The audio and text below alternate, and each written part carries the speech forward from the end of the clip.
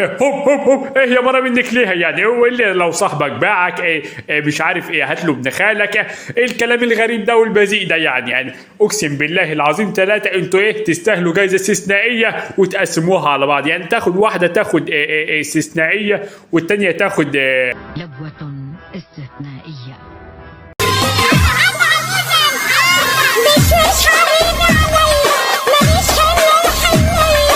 إيه لا احنا مش حمل الحناء، احنا مش حملك انت يا فنانة حقيقة، يعني ايه احنا يعني مش حمل الاحجام دي يا ولادي.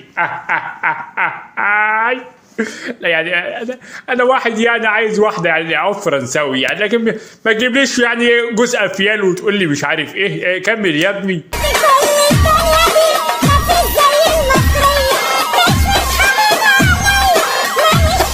انت تاني ما تتهدي يا مرة بقى، يخرب بيت يعني يخرب بيت ابوك، يعني في ايه يا ولادي؟ انا مش عارف اقسم بالله انا مقد الاحكام برقم 9 اللي انا لابسه ده يا ولاد. انا واد مهاجم يعني ايه، انا واد يعني ايه حريف قوي يعني، لكن يعني انا بلعب بالدماغ بس يا ولادي. انا اقسم بالله العظيم ثلاثة يعني انا مش فاهم يعني انا اعمل ايه. نكمل يا ولادي، يعني فنانة استعراضية جميلة يعني ايه عريضة، فنكمل الفيديو اللي بعده.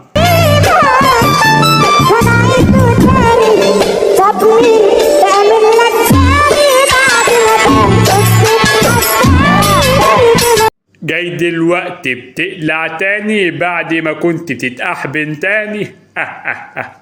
فايه يا ولية يعني انا عايز افهم يعني ايه خبي وراكك وقطعتين البانيه، يعني مش هتستفادي بحاجه.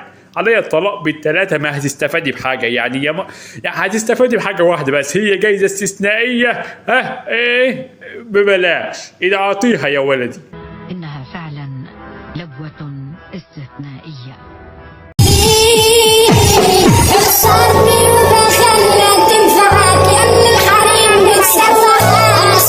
اموت انا في الفراخ البيضاء يعني، وبعدين يعني بتقول لك روح يا مره البسي بنطلون ولا اي حاجه، يعني طالعه لي يعني مريان الوشم كده يا ولاد، لا ما يصحش يعني.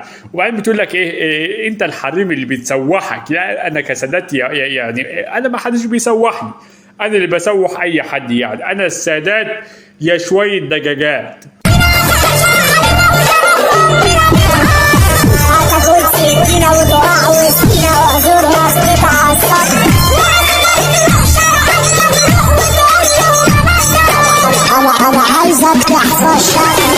انا عاوزك تحفظ كرشي عشان نعمله حلة محشي يعني. انا ايه يا بنيه يعني يعني ايه كروش دي يعني، ولا ايه انت واكله ايه كرومب على الصبح يعني؟ وبعدين ايه وش ايه اللي نحفظه يا بنياتي يعني بالله عليك، يعني دي خلقه يعني، دي خلقه يعني تتحفظ يعني، ده جيب جلخ وعكنين على الصبح يعني ما فيهاش اي حاجه.